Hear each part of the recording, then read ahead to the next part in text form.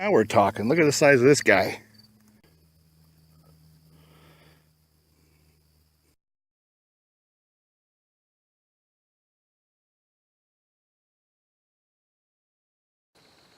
Okay. I don't have a whole lot of battery and I don't have a whole lot of time. I'd like to see if I could replicate what I did the other night with my cell phone. Kind of came down and just had like a half an hour to fish. So tonight I'm going to take the same halo rod. And this one here is the,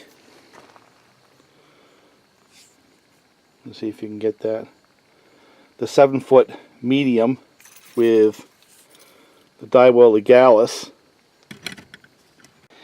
It's got 10-pound test line on it, which is a little bit heavy. And I'm leaving the lure I had on the other night. That poor beat up, tried and true Vibrix.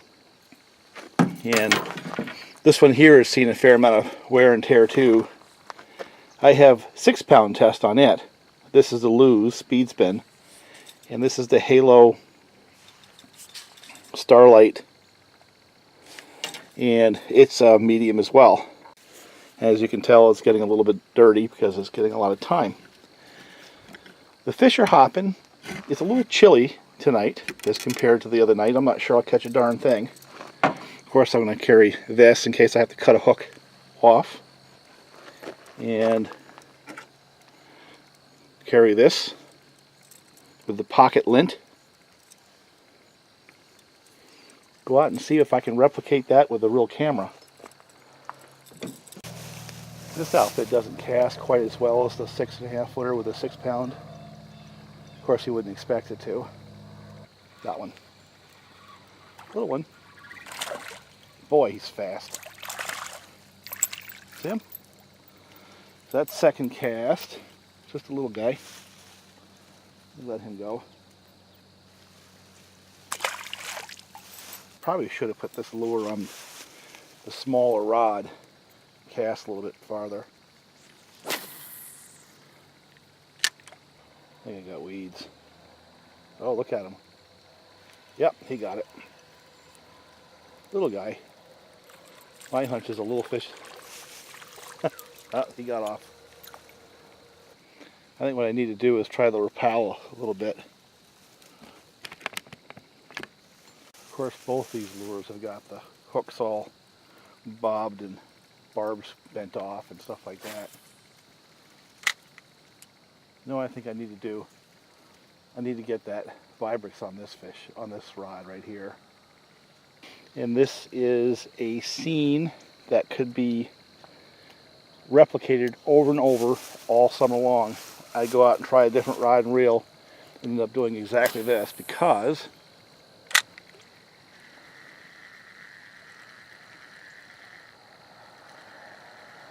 with this rod and reel combination, I get an extra 15 feet or so of cast on the same weight lure than the other rod. Of course, I always worry about pulling the fish through the weeds with this combination with only the 6-pound test.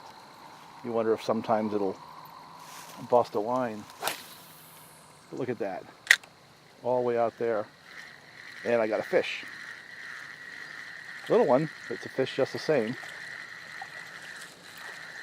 See if I can keep the pressure on. Surfing. Come on. And that's why I like this rod and reel combination. It's a little smallmouth. Look at that. Yep, there you go. Another little one. That's the thing with this darn rod, you can just place that lure. I know these are little tiny fish. Little guys. Aggressive little guys, but they're little tiny fish. Really almost bait fish themselves. See if I can use this Rapala and pick up a little bit bigger fish than those small ones.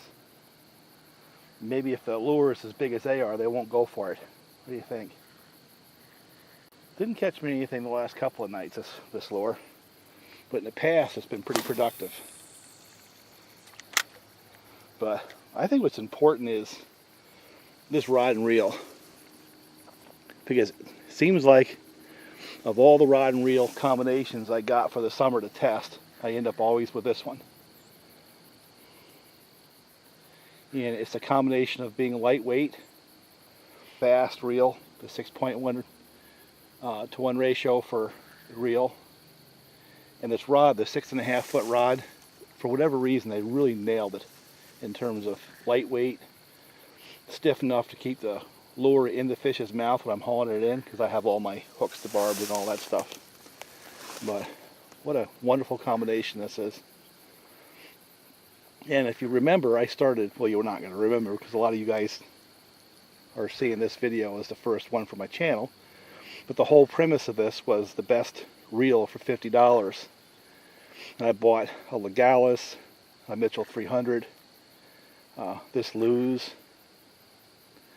and during the time I was hunting for gear, I ran into these Halo rods at Walmart. Damn, that thing casts well. I'll give this a few shots. I got about 10 minutes here. I came down here at a full half an hour, and the guy ate up 20 minutes of it in a hurry with rapid fire. Who owns this, that, who's buying this, just bought that, all that kind of crap that I'm not interested in. Can I use your road? Do I own part of your road? All this stuff. And the answer was no, I don't care. Yeah, go up and down my road, I don't care. Try out there. Look at that thing go.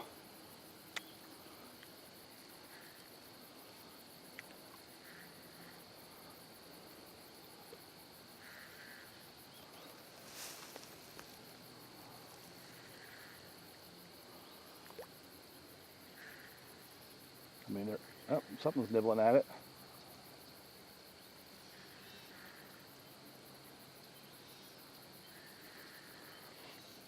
Which is, again, one of the things I really like about this rod is you just get a lot of feedback.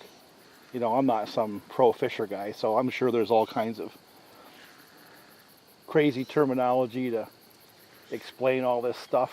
This is what I know. This Halo rod and this Lews reel. Oh, geez, look at that. Here I am going through some freaking mantra. Wow, that's a good fish.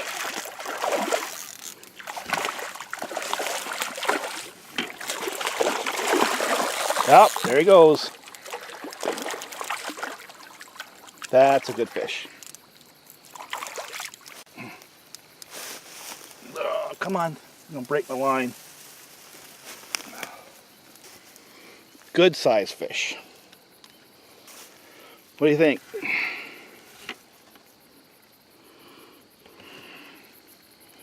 Huh? So, let me get him go. Yeah, that made it worthwhile, huh? Sitting there jawing about my darn neighbor, not paying attention. We got a nice sized fish on this lure, which was the intent.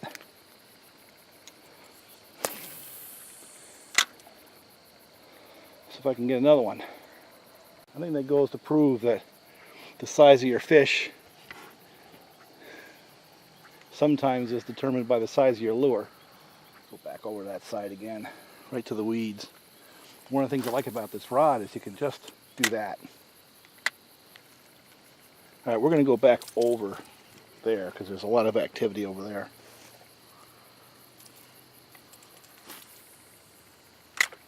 Perfect.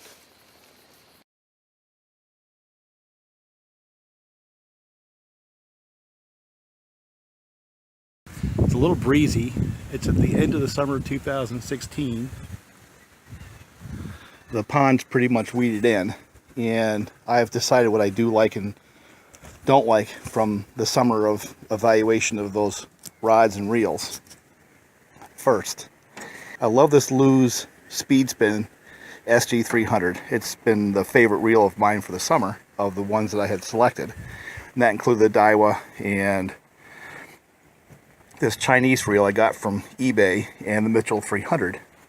The second thing is the rods. I've pretty much settled on these Halos. I got 3 of them now, and they perform wonderfully for the money. I definitely suggest them if you can find them, the brand. I have the Starlights, but I imagine the other ones are just as good. And The interesting thing is, it's one of those action speaks louder than words deal. I always pick up this reel and this rod combination. I like the 6.5 foot rod better than the 7, partly because they're lighter, partly because whatever the sun and the moon and the stars lined up right for this particular rod reel combination, but it just works beautifully. So I find myself grabbing this rod and reel every time. Now this one here is going to get its chance to show the value of having the larger structure. Even though it's a 300 class or 3000 class reel, it's definitely a heavier built reel than the Lews. Larger diameter spool offsets the slower gear ratio. You know, this one has a smaller diameter spool, so per revolution it doesn't take up quite as much line. But I do like it. I really enjoy this reel as well. Where do these guys fit in relative to my Shimano? That's the Shimano Symmetry and the Shimano Kimura worm and jig rod. Well, I still pick this one over that combination, partly because this one doesn't work any less well, or another way of putting it is the Shimano Symmetry and the Kimura doesn't work significantly better than this rod and reel, and I have this one in the truck, so this one gets a lot more use. This one here is a nice outfit, I have to say. That's the Legalis. It has a really solid feel. It's a very well built reel from what I can tell. I just haven't used it enough to tell you whether or not it's reliable.